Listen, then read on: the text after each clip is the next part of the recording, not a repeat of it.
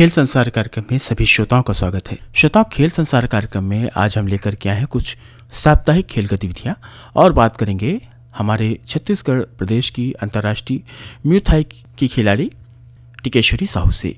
तो आइए शुरू करते हैं कार्यक्रम खेल संसार साप्ताहिक खेल गतिविधियों से।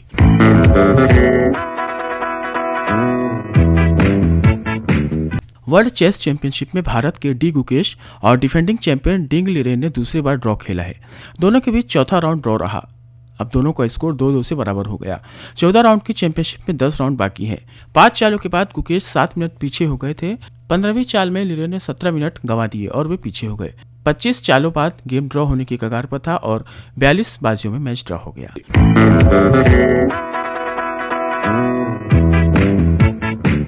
लखनऊ में चल रहे Syed Modi international badminton championship में भारत की शीर्ष वरीय खिलाड़ी पीवी सिंधु महिला एकल के सेमीफाइनल में पहुंच गई हैं। World tour super 300 badminton championship 2024 में बेहतर प्रदर्शन के साथ पीवी सिंधु ने महिला एकल के सेमीफाइनल में जगह बनाई है। पुरुष एकल में शीर्ष वरीय भारतीय शटलर लक्ष्य सेन और दूसरी वरीय प्रियांशु राजावत भी जीत के साथ अंतिम 4 में पहुंच गए हैं। उनके साथ ही 5वीं वरीय भारत के ध्रुव कपिला और तनिषा क्रेस्टो की जोड़ी पुरुष युगल और पिछली उपविजेता भारत की शीर्ष वरीय अश्विनी पोनप्पा और तनिषा क्रेस्टो की जोड़ी भी अंतिम 4 में जगह बनाने में सफल रही। वहीं महिला युगल में BWF वर्ल्ड टूर फाइनल के लिए क्वालिफाई कर चुकी दूसरी वरीय त्रिशा जॉली और गायत्री गोपीचंद पी भी महिला एकल के सेमीफाइनल में पहुंच गई हैं।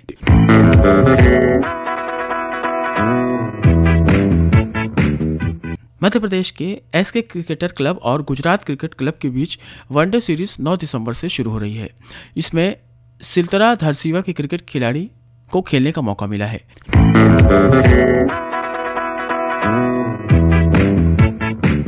BCCI द्वारा आयोजित सैयद मुश्ताक अली ट्रॉफी में छत्तीसगढ़ को हार का सामना करना पड़ा। ग्रुप डी में छत्तीसगढ़ का तीसरा T20 मैच शुक्रवार को विशाखापत्तनम में चंडीगढ़ के विरुद्ध खेला गया। चंडीगढ़ ने टॉस जीतकर पहले बॉलिंग का निर्णय लिया। छत्तीसगढ़ ने पहले बल्लेबाजी करते हुए 9 विकेट खोकर 176 रन बनाए। कप्तान अमनदीप खरे ने 62 रन और शशांक सिंह ने 33 रनों की पारी खेली। अमनदीप ने संजीत देसाई के साथ 53 रन और प्रतीक यादव के साथ 41 रनों की साझेदारी की, जिसकी सहायता से टीम ने खराब शुरुआत के बावजूद सम्मानजनक स्कोर बनाया। चंडीगढ़ की ओर से जगजीत सिंह संधू ने 5 विकेट और निशुंक बिरला ने 2 विकेट लिए। 177 रनों के लक्ष्य का पीछा करते हुए चंडीगढ़ की टीम ने मात्र 16 ओवर और 4 गेंदों में 1 विकेट खोकर लक्ष्य हासिल कर लिया। चंडीगढ़ की ओर से अरसलान खान ने 107 रन और शिवम ने 62 रन बनाए। छत्तीसगढ़ की ओर से रवि किरण के नाम सिर्फ एक सफलता रही।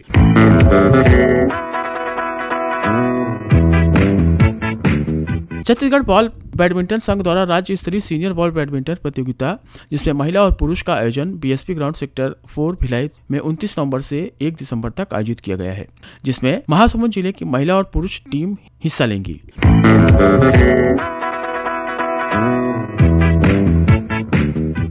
BCCI की ओर से आयोजित mains under 19 Cooch Behar trophy में दूसरी पारी में प्रथम जाचक के शानदार शतक की बदौलत छत्तीसगढ़ मजबूत स्थिति में है। दूसरे दिन की समाप्ति तक छत्तीसगढ़ 225 रनों से आगे है। छत्तीसगढ़ का चौथा 4 दिवसीय मैच 28 नवंबर से 1 दिसंबर तक गोवा के विरुद्ध खेला जा रहा है। छत्तीसगढ़ ने पहली पारी में 221 रन बनाए थे। जवाब में गोवा की पहली पारी 57 ओवरों और 3 गेंदों में 142 रनों पर समाप्त हो गई। गोवा की ओर से दिशांक ने 35 रन और अनुज यादव ने 25 रनों का योगदान दिया। वहीं छत्तीसगढ़ की ओर से धनंजय नायक ने 5 विकेट लिए। आदित्य अग्रवाल ने 3 विकेट लिए। बीते शुक्रवार को मैच के दूसरे दिन की समाप्ति तक छत्तीसगढ़ ने अपनी दूसरी पारी में 37 ओवर में 2 विकेट खोकर 146 रन बना लिए थे। छत्तीसगढ़ की ओर से ओपनर बल्लेबाज प्रथम जाचक ने शानदार बल्लेबाजी करते हुए 12 चौके और 5 छक्कों की मदद से नाबाद 117 रन बनाए।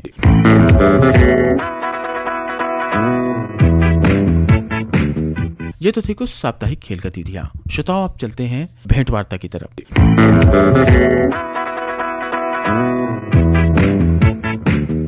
श्रोताओं, खेल संसार कार्यक्रम में आज हम बात करेंगे हमारे छत्तीसगढ़ की म्यू थाई की खिलाड़ी टिकेश्वरी साहू से, जिन्होंने हाल ही में 16 से 23 अक्टूबर के बीच ताइवान में आयोजित एशियन म्यू थाई चैंपियनशिप में तृतीय स्थान हासिल करते हुए ब्रॉन्ज मेडल जीता है।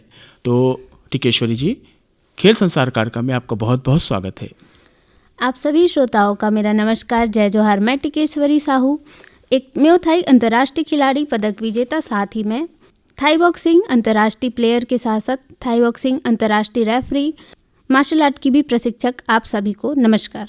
जी, तो टिकेश्वरी, जैसे अभी आपने अपना परिचय दिया, तो हम एक एक करके आपसे जानना चाहेंगे कि आपका कैरियर कैसे शुरू हुआ, और उसके बाद अभी म्यू थाई, फिर आपने कुछ मार्शल आर्ट्स के बारे में ही बताया। तो आप बताएं कि ये कब से शुरू हुआ और इस यहाँ तक पहुँचते पहुँचते आपको कितने वर्ष लगे हैं? यहाँ तक पहुँचते पहुँचते लगभग मुझे 10 से 15 साल लग गए हैं। मैंने बचपन में ही लगभग 6वीं 7वीं में ही मार्शल आर्ट प्रारंभ कर दिया था सीखना। मार्शल आर्ट मैं अनीश मेमन सर के माध्यम से सीख रही हूँ। अनीश मेमन सर जी जहाँ मैं पढ़ती थी, श्री गुजराती उच्चतर माध्यमिक शाला देवेंद्र नगर में मैं पढ़ाई करती थी, तब सर वहाँ के मैथ्स टीचर थे और साथ ही सर मार्शल आर्ट की भी क्लासेस चलाते थे। जब समर कैंप आया तो उन्होंने एक बार अनाउंस किया कि बोले मार्शल आर्ट की समर कैंप लग रहा है, जिनको भी जो भी बच्चे या खिलाड़ी इंटरेस्टेड है वो आके पार्टिसिपेट कर सकते हैं या सीख सकते हैं। तो उन्हीं के माध्यम से मुझे पता चला कि सर जो हैं वो मार्शल आर्ट की क्लासेस लेते हैं। क्योंकि सर हमारे स्कूल से ही थे तो पेरेंट्स भी थोड़ा कंफर्टेबल थे कि हाँ कि स्कूल के टीचर ही लेंगे, तो फिर इसलिए फिर पेरेंट्स ने भी राज़ामंदी दिया कि मैं जाके सीख सकती हूँ। जी जी, आप ये बताएं कि अभी जब हम आज बात कर रहे हैं तो आज की तारीख तक आपने कितने मेडल जीत चुकी हैं म्यू थाई में, और कितने इवेंट्स जो है आपने खेले हैं? अंतर्राष्ट्रीय लेवल पे देखा जाए तो मेरे अभी 4 मेडल्स हैं, जिसमें थाई बॉक्सिंग के 2 मेडल हैं और म्यू थाई के 1। म्यू थाई में मैंने 3 बार भारत का प्रतिनिधित्व किया है, जिसमें से 2 बार पार्टिसिपेशन रहा है, 1 बार अभी मेरा हाल ही में ब्रॉन्ज मेडल मैंने लाया है। साथ ही थाई बॉक्सिंग में मैंने अंतर्राष्ट्रीय स्तर पे गोल्ड मेडल और सिल्वर मेडल भी हासिल किया है। जी, तो ये जो आप मेडल्स के बारे में बता रही हैं, पुरस्कारों के बारे में बता रही हैं, ये कहाँ संपन्न हुई प्रतियोगिताएं हैं, इसके बारे में बताएं। अंतर्राष्ट्रीय स्तर पे जैसे कि 2 मेरे अंतर्राष्ट्रीय जो टूर्नामेंट थे वो तो भारत में ही थे। इसके अलावा मेरे 3 अंतर्राष्ट्रीय विदेशों में रहे हैं। विदेशों में मैं थाईलैंड, अभी हांगकांग और चाइनीज़ ताइपे होके आई हूँ। चाइनीज़ ताइपे में मुझे अभी ब्रॉन्ज मेडल हासिल हुए हैं। तो आपने बताया कि अभी आप ताइवान होकर आई हैं। जैसा हम जान पा रहे हैं कि एशियन म्यू थाई चैम्पियनशिप जो 16 से 23 अक्टूबर को ताइवान में संपन्न हुआ, वहाँ आप कैसे जा सकी, कैसे आपको ये अवसर प्राप्त हुआ, और इसमें जाने के क्या प्रोसीजर थे जिनको फॉलो करके आप यहाँ तक पहुँच पाई, और वहाँ भारत की कौन कौन से राज्यों से टीमें वहाँ आई थी, इसके बारे में थोड़ा बताएं। जी बिल्कुल। यहाँ तक पहुँचने के लिए हमें पहले तो नेशनल सिलेक्शन ट्रायल देना पड़ता है। नेशनल में हमारा जब सिलेक्शन होता है उसके बाद हमारा मतलब नेशनल के अचीवमेंट देखे जाते हैं कि हमारे पास कितने मेडल है या हमने कितने इंटरनेशनल खेले हैं, उसके बेसिस पे हमारा सिलेक्शन होता है। भारत में छत्तीसगढ़ के अलावा और भी राजस्थान, नॉर्थ इंडिया, केरल, असम, सिक्किम, मेघालय, ऐसे बहुत सारे स्टेट ने पार्टिसिपेट किया था और छत्तीसगढ़ की मैं एकमात्र खिलाड़ी रही हूँ, जिसके स्पॉन्सर के लिए मैं उनका बहुत ऋणी रहूँगी हमेशा। जो अभिषेक अग्रवाल सर है, उन्होंने मुझे स्पॉन्सर किया। वहाँ तक पहुँचने का एक बोला जाए तो अहम मार्गदर्शन या फिर हिस्सा अभिषेक अग्रवाल सर रहे हैं, जिन्होंने मुझे आर्थिक सहयोग दिया, जिनके कारण मैं वहाँ तक पहुँच पाई। क्योंकि सिलेक्शन ही कंप्लीट नहीं होता जब तक हमारे पास वहाँ जाने का आर्थिक सहयोग नहीं रहेगा, तो हम तो भी नहीं पहुँच सकते हैं। जी जी जी, आपने बताया कि आप कोच भी हैं, तो ये बताया कि ये कोचिंग आप कहाँ देती हैं, और जो अभी आप जित कोचिंग दे रहे हैं तो कितने बच्चे आपके कोचिंग में हैं, और क्या रणनीति रहती है इन बच्चों को आपको सिखाने में? जी बिल्कुल, मैं गुजराती स्कूल में शिक्षक हूँ, खेल शिक्षक। इसके अलावा मैं सुभाष स्टेडियम में मार्शल आर्ट का प्रशिक्षण भी देती हूँ। साथ ही समर कैंप भी लगाए जाते हैं मेरे गुजराती स्कूल देवेंद्र नगर में।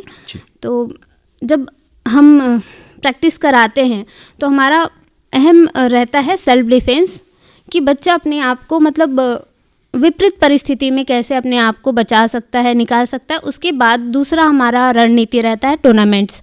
हम एक सेल्फ डिफेंस के लिए तैयार करते हैं। सेल्फ डिफेंस के लिए जब वो बच्चा तैयार हो जाता है, हाँ, फिर उसके बाद हम उसको टूर्नामेंट के लिए धीरे धीरे तैयार करते हैं। आपने 5 अंतर्राष्ट्रीय प्रतियोगिताएं खेली हैं, तो इन 5 के बारे में बताएं। जी बिल्कुल। राष्ट्रीय स्तर पे मैंने म्यू थाई में राजस्थान, देहरादून, सिक्किम, गोवा, देवास, है ना, गोवा में ही मैंने 2 बार पार्टिसिपेट किया था, मतलब खेला था, वहाँ भी मेडल थे। ऐसे करके म्यू थाई में मेरे 5 मेडल हैं, गोल्ड मेडल हैं। साथ ही थाई बॉक्सिंग में मेरे 4 नेशनल है, जिसमें 2 गोल्ड मेडल है, 1 सिल्वर 1 ब्रॉन्ज मेडल है। साथ ही मैं उशू की भी प्लेयर हूँ। अभी हाल ही में मैंने उशू का भी नेशनल खेला है। तो टिकेश्वरी, जैसे अभी आपने बताया कि आप वुशु के भी खेल से जुड़ी हुई, तो ये वुशु क्या है, इसके बारे में हमारे श्रोताओं को बताएं।